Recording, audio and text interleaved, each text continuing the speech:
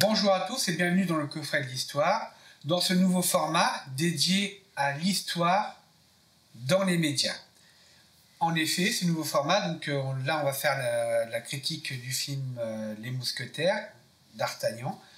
Alors c'est une vidéo que j'ai mis malheureusement un peu de temps à sortir, parce qu'entre deux, on est allé à Harcourt, donc les fêtes médiévales d'Harcourt, donc c'était fin avril, début mai. Et au départ, je vais en faire qu'un seul sujet, et malheureusement, malheureusement ou heureusement, j'ai eu des tonnes d'informations, on a eu des tonnes de sujets à traiter sur Harcourt, et donc c'est en cours là, et je vais pouvoir faire un nouveau format aussi sur Harcourt, donc ce sera les fêtes historiques. Malheureusement, j'ai dû mettre entre parenthèses la série sur les guerres de Vendée, qui reprendra bien sûr après, il n'y a pas de souci. Donc c'est parti pour la critique du film Les Mousquetaires. Bienvenue dans l'histoire dans les médias, le coffret d'histoire.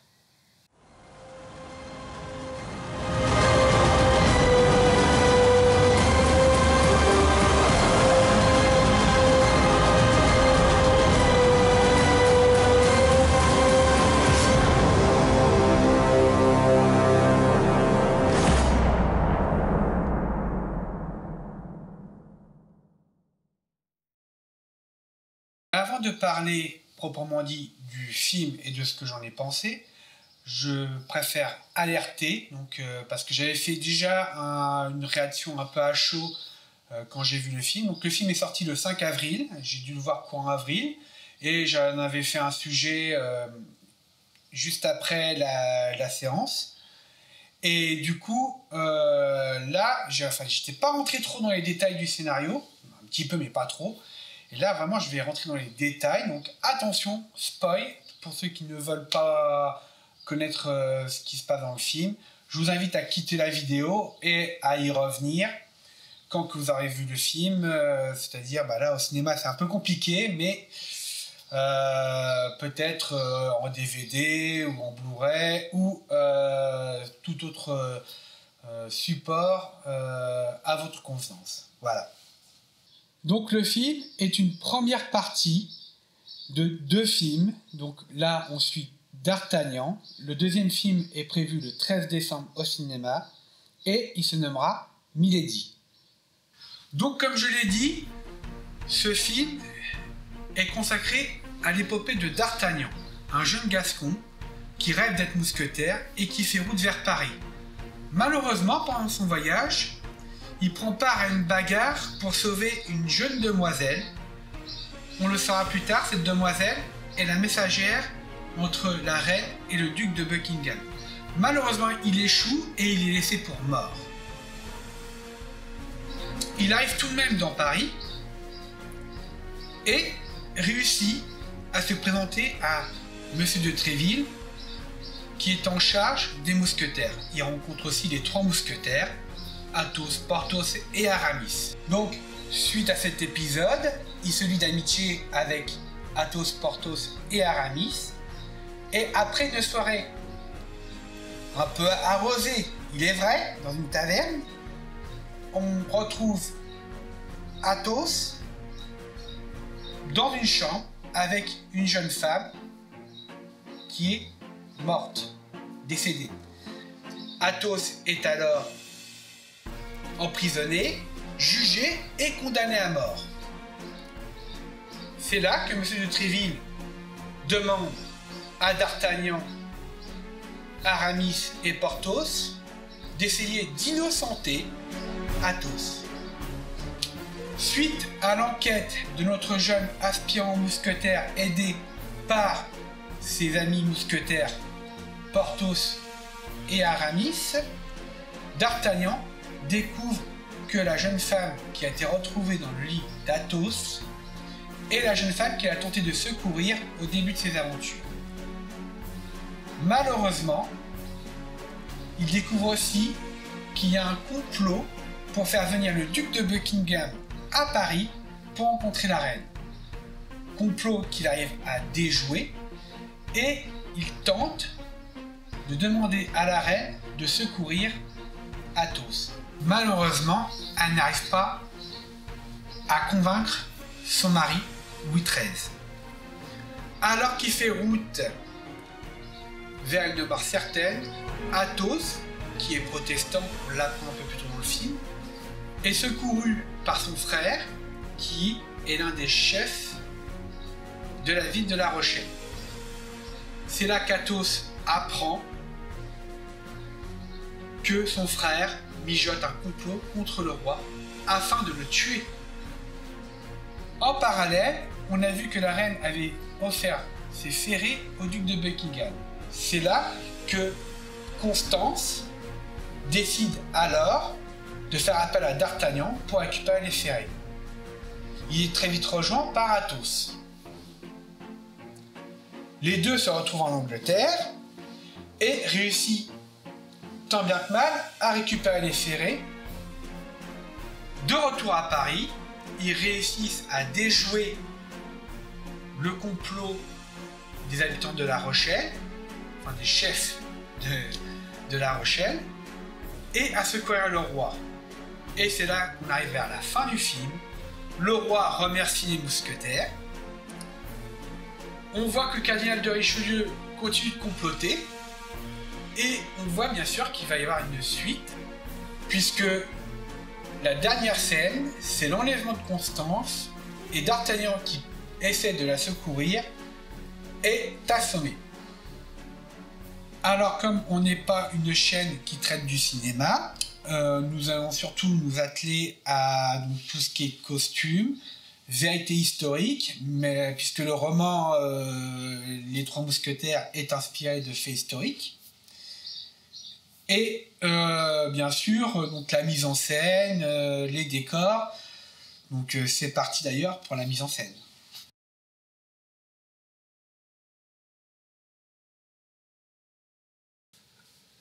Pour ce qui est de la mise en scène, je ne suis pas un cinéphile acharné, donc je vais essayer de ne pas faire trop de jugement sur ça. Juste un point, donc très belle mise en scène là-dessus, les combats sont très bien faits. Il n'y a pas de haute voltige, c'est pas très américain, mais on est vraiment sur un truc plus à la française de cap et d'épée. Donc là-dessus, il n'y a rien à redire.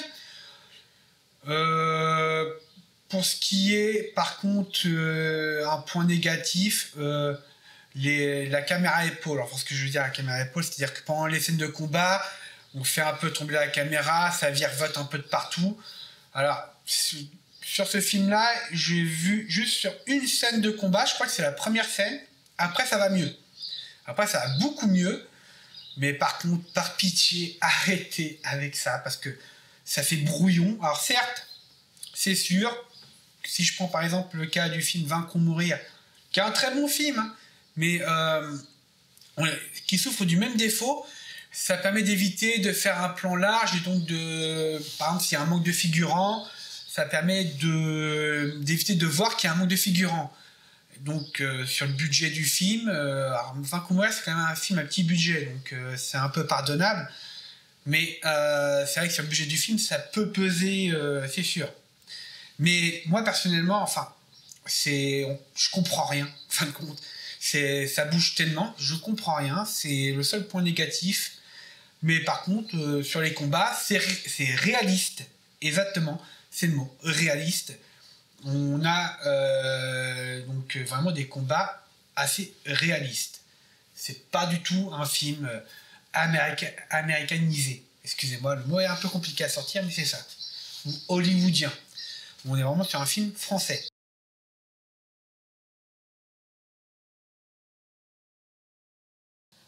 Pour revenir sur le contexte historique, on est en 1627, sous le règne de Louis XIII. Donc là-dessus, ça diffère pas trop des romans.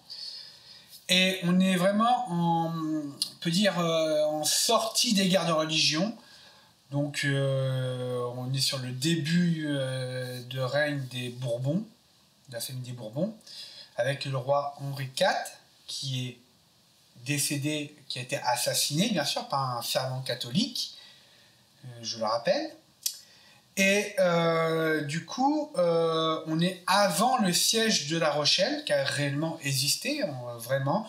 Le cardinal de Richelieu et Louis XIII ont dû faire face quand même à, malgré que l'édit de Nantes est toujours d'actualité, ils ont dû faire face, comment dire, à une sécession de la ville protestante de La Rochelle.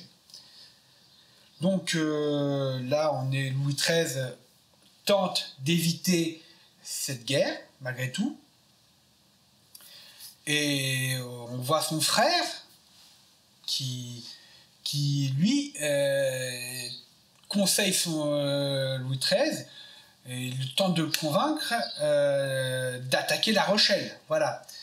Et le but, vraiment, c'est donc le fil narratif, vraiment, c'est d'éviter cette guerre, ce qu'ils ne parviennent pas à faire à la fin du film, puisque Louis XIII décide, suite au complot avorté des chefs de La Rochelle, décide d'attaquer la ville, de l'assiéger. Donc, avoir un contexte historique, c'est bien, mais il faut qu'il soit ancré dans le réel. Et c'est là que la mise en scène historique prend toute sa place.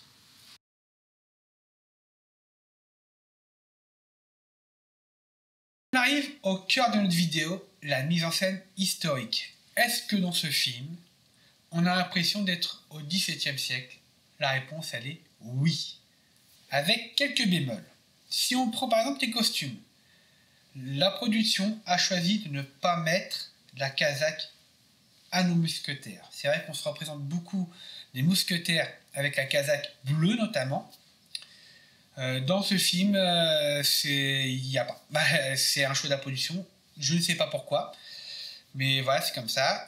D'ailleurs, dans l'histoire, la casaque des mousquetaires, elle n'était pas forcément bleue. Et ils avaient une casaque par corps de mousquetaires. Donc voilà, c'est utile à savoir. Autre bémol, il y a les lunettes que porte Benjamin de la Ferraine, qui ne sont pas du XVIIe siècle, mais du XVIIIe siècle, malheureusement. Un siècle après, voilà. Par contre, le reste des costumes est fidèlement représenté, notamment Louis XIII, qui est magnifique. On a un très beau Louis XIII, donc voilà. Dans l'ensemble, même les costumes des paysans, du peuple, c'est fidèlement représenté. Pour ce qui est des armes, donc c'est un film de cape et d'épée, mais on ne voit pas énormément d'épée finalement. C'est vrai que quand on a un film des mousquetaires, c'est beaucoup centré sur l'épée. Or, on le sait que les mousquetaires, ils portent leur nom de l'arme, le mousquet. Et du coup, on voit des mousquets, on voit des pistolets, et ils sont fidèlement représentés aussi. Donc les dessus, c'est parfait. Rien à dire sur les armes. Les décors, ils sont très fidèles, bien reproduits. On n'est plus dans les vieux films des mousquetaires avec un Paris tout propre, tout lisse. Bref, on est dans un Paris, on va dire, du XVIIe siècle, avec des embouteillages, des excréments, des animaux dans les rues, une insalubrité présente, qui va d'ailleurs être arrangée au fil des siècles, fort heureusement. Mais au XVIIe siècle, malheureusement, Paris, c'est l'une des villes les plus peuplées, et donc elle est comme ça. Donc le Paris de l'époque est très bien représenté. On voit des chevaux aussi, donc c'est vrai que c'est le transport par excellence à l'époque. Donc la foule aussi, donc, beaucoup de monde, vraiment. On a vraiment un Paris magnifiquement reproduit, si on peut dire. Le Louvre, très bien reconstitué. Donc il y a des scènes qui ont été tournées au Louvre d'ailleurs, mais pas toutes. On verra à peu près dans les décors après, enfin les lieux de tournage du moins. Mais donc le Louvre, très bien aussi. Vraiment, on le reconnaît, c'est vraiment parfait. Les lieux de tournage, donc beaucoup de lieux de tournage, je ne vais pas tous les citer, mais parmi ceux-là, on peut citer le Fort National de Saint-Malo, par exemple, le château de Fontainebleau. Nous avons aussi l'abbaye de Notre-Dame-du-Val. Le château de Chantilly aussi, hein.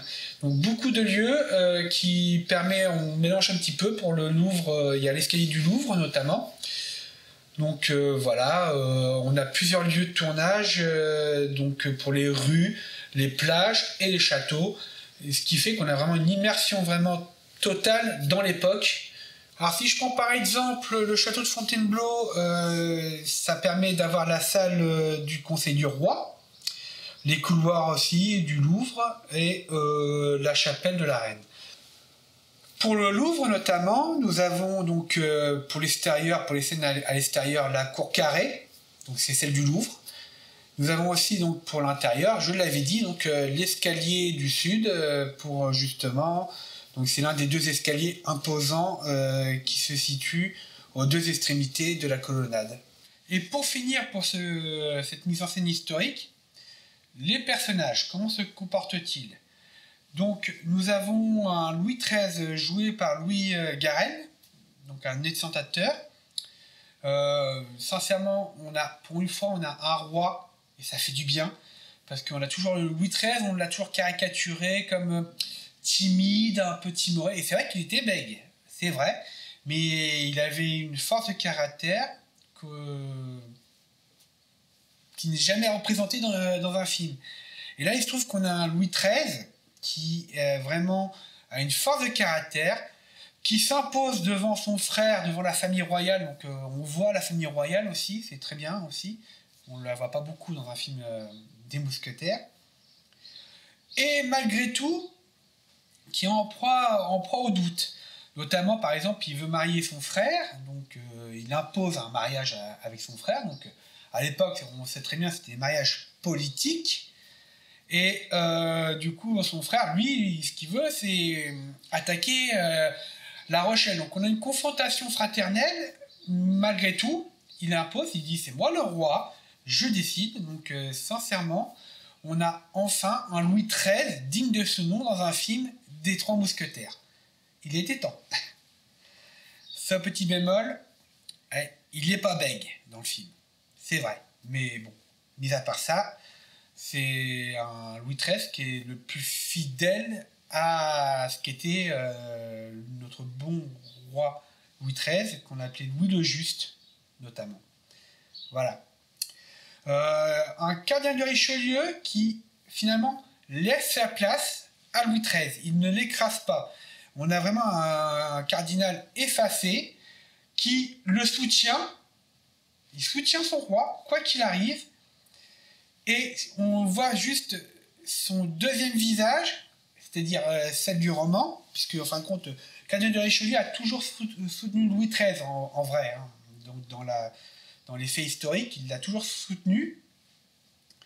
Mais dans le roman, c'est lui qui apparaît comme le méchant de l'histoire. Et du coup, nous avons un cardinal de Richelieu qui soutient Louis XIII en officiel.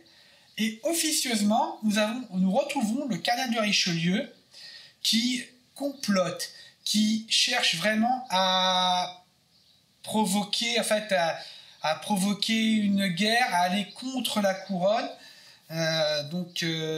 Limite, si on pouvait faire un peu le parallèle avec Star Wars épisode 1 et 2, où Palpatine, finalement, on retrouve le même type de personnage, c'est-à-dire officiellement bien sûr tout rapport, allant dans le sens du bien, et officieusement, donc une face cachée, qui justement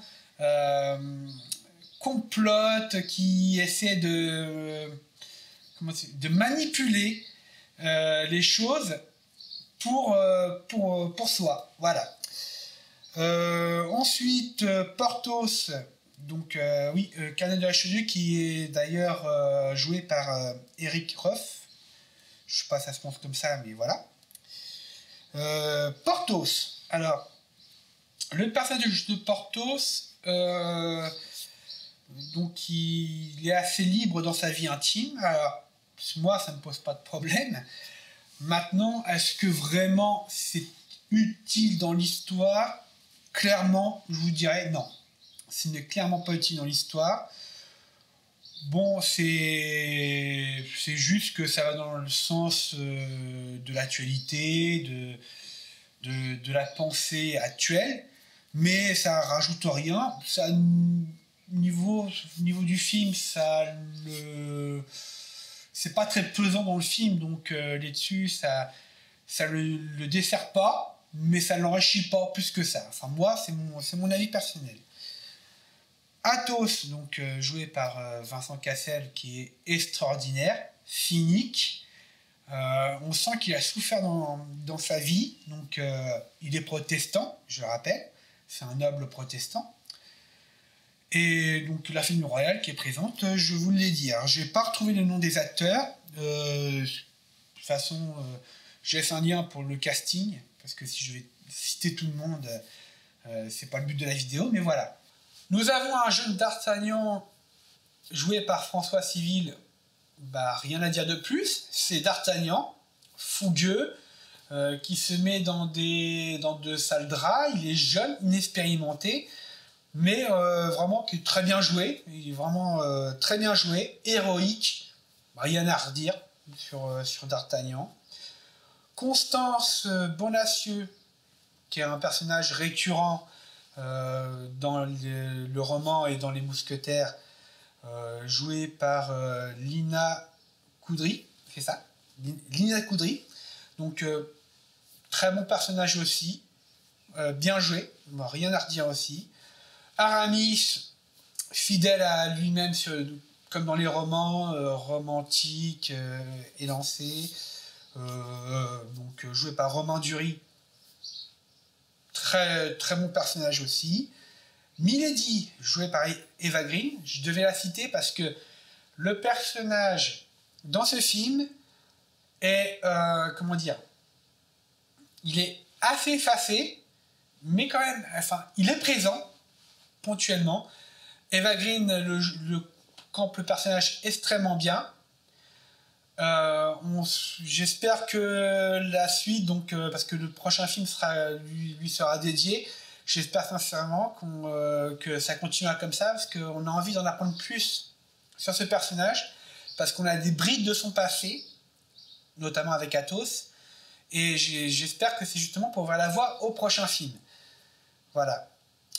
Anne d'Autriche, rien à redire non plus. Et le duc de Buckingham, rien à redire, très bon duc aussi, qui est très, très bien campé. Voilà à peu près ce que je pouvais dire sur les personnages et dans la mise en scène historique, où chacun a sa place.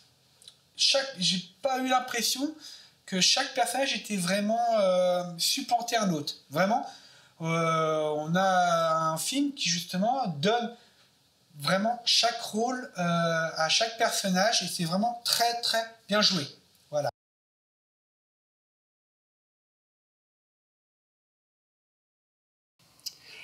En conclusion, nous avons enfin un très bon film sur les Trois Mousquetaires qui est français. Non pas que j'aime bien les versions américaines, mais elles n'ont rien à voir avec notre cinéma français. Et de plus, les Trois Mousquetaires, qui a été écrit par Alexandre Dumas, est français. Ça fait partie de notre culture française, et c'est pour ça que je pense que c'est important de renouer avec nos traditions françaises, notre culture française et notre roman national. J'aime bien qu'on ait une ouverture sur le monde, mais il ne faut pas oublier nos racines. C'est très très important. Et donc enfin on a un film. Si je pensais faire une comparaison, moi j'aimais bien les films comme Cyrano de Bergerac avec Depardieu, qui était un très très bon film, et donc du coup là on retrouve un petit peu cette saveur de vieux films à la française, actualisé, mis au goût du jour, Et ce que j'ai apprécié aussi, c'est l'effort fait dans le contexte historique. C'est pas uniquement centré sur les personnages des mousquetaires, ni sur les personnages, ni sur le roman, mais vraiment, on a vraiment ce mélange entre roman et contexte historique. On voit aussi beaucoup le roi, c'est vraiment appréciable. Donc voilà, un film que je vous recommande, et j'espère que sa suite, Milady, sera tout aussi bien, voire mieux. Du moins, voilà, donc prenez votre agenda, notez la sortie de Milady et essayez de voir D'Artagnan avant. Voilà, qu'est-ce que je peux vous dire de mieux? J'espère à la prochaine. Oui, la prochaine, c'est Harcourt. Et une fois donc les sujets d'Harcourt, donc Harcourt, il y aura plusieurs vidéos, des courtes et des plus longues. Donc voilà, je vous invite vraiment à aller les voir, à revoir aussi notre vidéo sur la Vendée. Et sachez juste que la suite des guerres de Vendée, c'est toujours d'actualité. Le scénario est écrit, il n'y a plus qu'à filmer et à post-traiter. Et donc ça va être prochainement après Harcourt. Voilà. Si cette vidéo vous a plu, n'hésitez pas à liker, commenter. C'est toujours appréciable, ça encourage notre travail et ça fait toujours plaisir de voir que notre travail est regardé. Si vous avez aussi des commentaires, vous n'êtes pas d'accord, n'hésitez pas non plus. C'est toujours aussi appréciable d'échanger avec vous dans le respect, bien sûr.